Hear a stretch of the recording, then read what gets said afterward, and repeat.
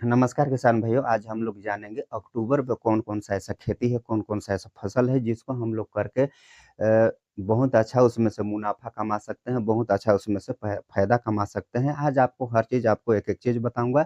जुताई बताऊँगा, जुताई कैसे कराना है, आपको खाद बताऊँगा, खाद कौन-कौन सा देना है, आपको उन्नत बीज बताऊँगा, कौन-कौन सा आपको उन्नत बीज देना है या आपको बचाव बताऊँगा। कोई भी फसल आप लगाते हैं तो अगर आप बचाव नहीं जानते हैं तो कोई मतलब का नहीं है। मान के चलिए आप 40 दिन, 50 दिन ऐसे इस प्रकार से कोई भी फसल लगाते हैं, उसका आप मेहनत करते हैं, उसका मेहनत करने के बाद आपका क्या है कि आप नहीं जानते हैं इसका बचाव, कोई भी आपका में कोई कीट का ही प्रकोप हो गया या तो कोई फंगस का ही प्रकोप हो गया।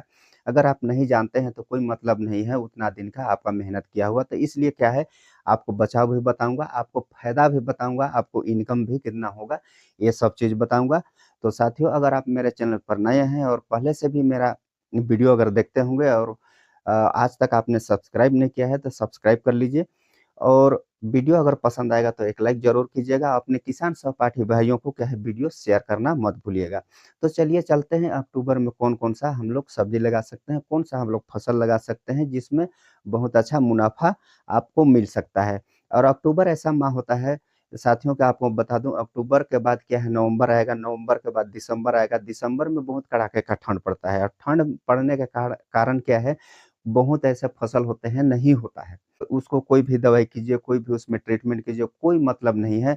क्या है, ठंड में बहुत कम ही होता है, लेकिन आपको ठंड को देखते हुए भी आपके लिए मैं जो 5 प्रकार का सब्ज़ी वर्गीय खेती है, सब्ज़ी वर्गीय फसल है, उसको मैं लेकर के आपके लिए चुन कर के लाया हूँ। तो सबसे पहले हम लोग जानेंगे खेत की तैयारी। खेत की तैयारी किस प्रकार से करना चाहिए? सबसे पहला आपको क्या करना है, आपको गहरी जोताई। गहरी जोताई के लिए आपको क्या चलाना है, आपको एक बार आपको प्लाऊ चलाना अति ज़रूरी है। प्लाऊ चलाने से क्या होता है, जो भी उसमें बैक्टीरिया होगा, जो भी बैक्टीरिया जनित रोग होगा, उसमें क्या है, बैक्टीरिया जो है नीचे दब जाता है।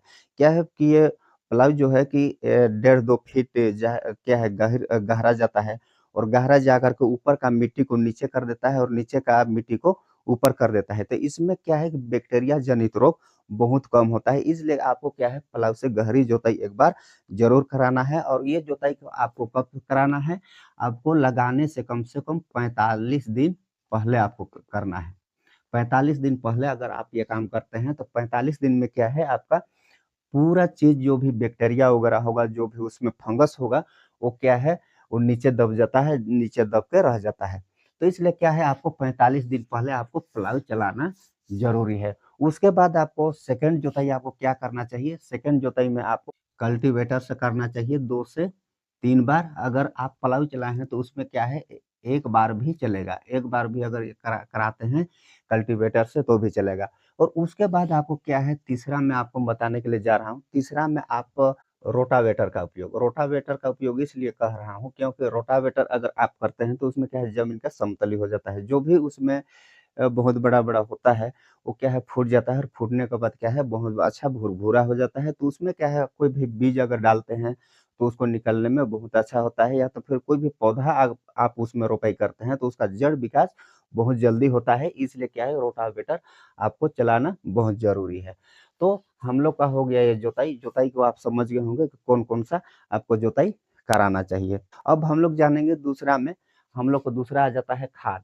अब देखिए खाद कौन-कौन सा आपको डालना है। खाद अगर आप डालना चाहते हैं, 2 से 3 ट्राली आपको क्या है, गोबर की खाद लेना है और इसके साथ में आपके पास हो सकता है अवेलेबल होगा या तो फिर कहीं से आप जुगाड़ कर सकते हैं, तो आपको उसके साथ में आपको नीम की खली डालना अति ज़रूरी है।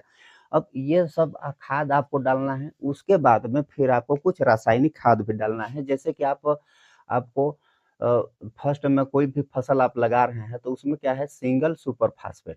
सिंगल सुपर फास्फेट आपको 1 एकड़ में 4 बोरी, प्रति बोरी 50 केजी का रहता है, आपको 4 बोरी।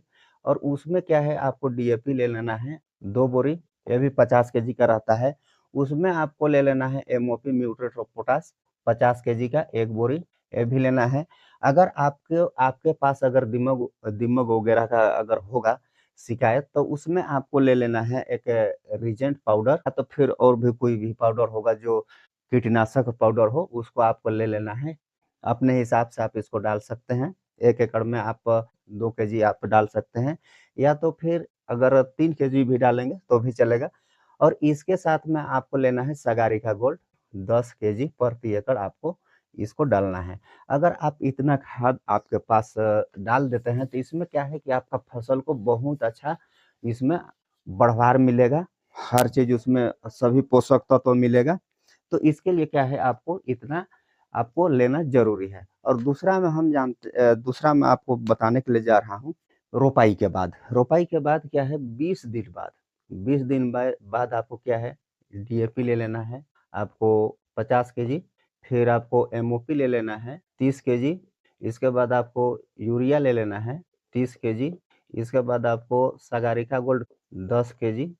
अगर ये तीनों चारों खाद को अगर डालते हैं तो इसमें आपका फसल उतना दिन से क्या है कि 20 दिन के बाद और अच्छा ग्रोथ में जाएगा। तो इसलिए क्या है कि आपको ये खाद को आपको डालना अति ज़रूरी है। तो उसके बाद आपको बताने जा रहा हूँ, अगर आप फिर अगर खाद अगर डालना चाहते हैं तो उसमें 40 से 50 दिन में आप इसी प्रकार से और भी खाद डाल सकते हैं। अब ये तो हो गया, उसके बाद हम लोग जानेंगे अब बचाव। अब बचाव कौन-कौन सा बचाव है, कौन-कौन सा उसमें बीमारी आ सकता है। देखिए कीटनाशक तो ज़रूर आ सकता है, उसमें फंगस ज़रूर आ सकता है। आपका 40 से 50 दिन हो गया तो उसमें फंगस भी आएगा। अगर 40 दिन, 30 दिन, 40 दिन बाद आपका में उसमें कीट भी आएगा। तो इससे भी बचने के लिए क्या है आपको मैं बताने के लिए जा रहा हूँ। तो बचाव कौन-कौन सा है, अगर आप पौधा लगा रहे हैं या तो फिर कोई बीज भी बोए हैं, अगर आप पौधा लगाए हैं तो उसमें क्या है फर्स्ट में तो आपको देखने को मिलेगा विल्ट या तो फिर नेमाटोड। तो ये 2 प्रकार से ये बीमारी है, इसको आपको फर्स्ट में देखने को मिलेगा। विल्ट हो गया या तो फिर नेमाटोड हो गया। अगर आपका में विल्ट है तो इसमें आपको कॉपर ऑक्सीक्लोराइड का आपको ड्रेंचिंग करना पड़ेगा। अगर आपका में नेमाटोड है तो इसमें आपको क्या है एलियट का आपको ड्रेंचिंग करना पड़ेगा। अगर निमेटोड होगा तो क्या है जड़ में गांठ होता है तो आप इसको समझ जाएंगे। अगर जड़ में गांठ नहीं है तो उसमें बिल्ट है, फिजोरियम बिल्ट होगा या तो फिर बैक्टीरियल बिल्ट होगा। तो कॉपर ऑक्सीक्लोराइड आप ले लीजिएगा बिल्ट के लिए, प्लस इसमें क्या है प्लांटोमाइसिन आपको ऐड करना बहुत जरूरी है। ये क्या है प्लांटोमाइसिन, ये बैक्टीरिसाइड है। कम से कम 15 दिन आप कोई भी पौधा का रोपाई करते हैं 15 से 20 दिन में, 30 दिन में, 40 दिन में भी मिल सकता है आपको, 50 दिन में भी मिल सकता है। ये क्या है जब तक रहेगा तब तक आपको ये मिल जाएगा। ये विल्ट का शिकायत मिलेगा ही मिलेगा। और उसके बाद क्या है आपको मैं पहले बताना चाहिए था, पहले नहीं बताया, जमीन का कीड़ा।